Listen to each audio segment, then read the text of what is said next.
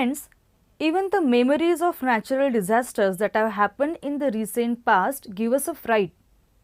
We have heard about disasters such as cloudburst and excessive flooding in Mumbai, earthquakes in Bhuj and Killari, and tsunami hitting the coast of India.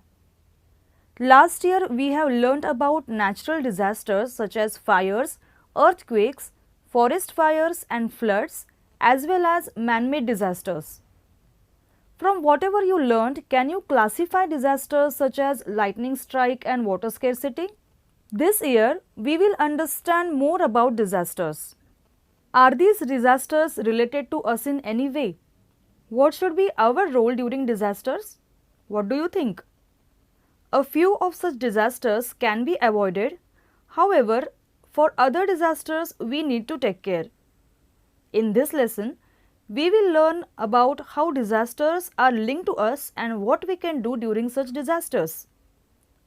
Amongst the various natural disasters, the one that occurs more frequently is drought. Due to scarcity of water, the farm yield reduces, crops get affected. This causes food shortages. In turn, this leads to famine conditions. Famines are classified as either mild famine or acute famine. Though famine is caused mainly by factors such as shortage of rainfall, it can also be caused due to human factors. Certain activities carried on by humans can result in famine. In 2013, Maharashtra state faced a famine of acute nature and the entire state got affected by it. In the past too, there were famines and situations such as scarcity of fodder. However, to overcome such situations, Chhatrapati Shivaji Maharaj and Chhatrapati Shahu Maharaj implemented various plans that involved storage and supply of water. In Aurangabad, Malik Ambar constructed special canals for potable water. Those canals are in existence today too. Famine is caused by various factors. Changes in temperature, thunderstorms, cold air, fog, environmental changes, crop diseases that affect the crop yield, etc. All these factors lead to shortage of food grains. Many records of famine have been found in the past all over the world. However, the most acute famines have happened in India and China.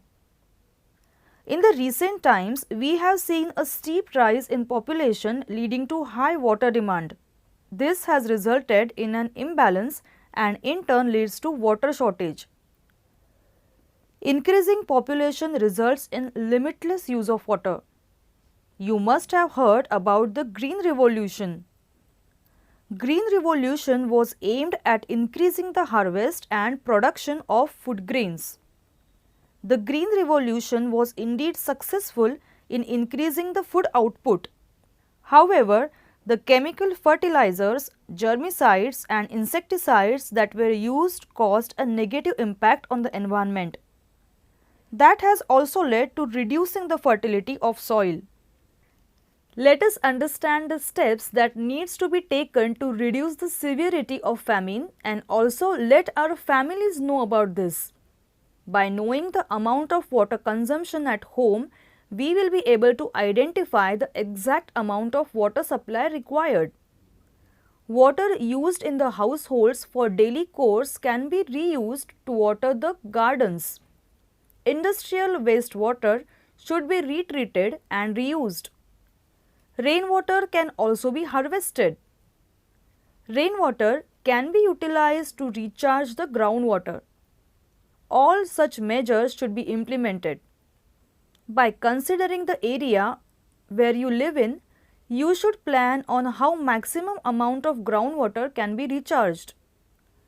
Planting trees and preventing excessive cutting of trees is a very effective solution for the same. It is important to study climatic changes over time and accordingly select the right crops to be harvested in that area. This year we experienced heavy rains from June to October. There were cloudbursts at a few places which caused torrential rains. Sometimes water droplets from a rain cloud do not reach the ground in the form of rain. Instead, higher temperatures of the ground convert these droplets into water vapor, and the vapor is then taken back in the cloud. This results in an increase in the concentration of water vapor in that cloud, resulting in a rainfall of 100 mm per hour or more in a certain area. This is considered as a cloudburst. Cloudburst is one form of natural disaster.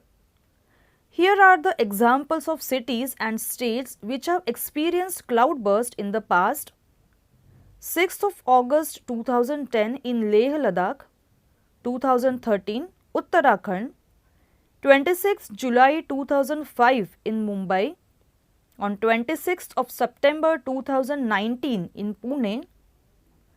Amongst these examples, the intensity of cloudburst in Uttarakhand was unusually high and it led to considerable loss of human lives.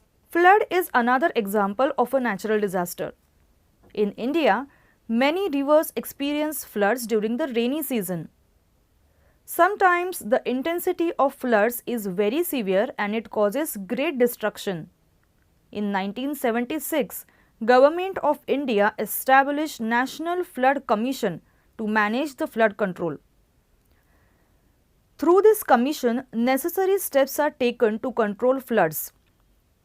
An outline of the control of flooding is created right from a remote village up to the national level. Under this, several measures are taken to prevent severe flooding. Some of the measures include building small dams in hilly areas, creating man-made ponds or Pazar Talao, artificial straightening of river courses, afforestation, linking rivers, etc.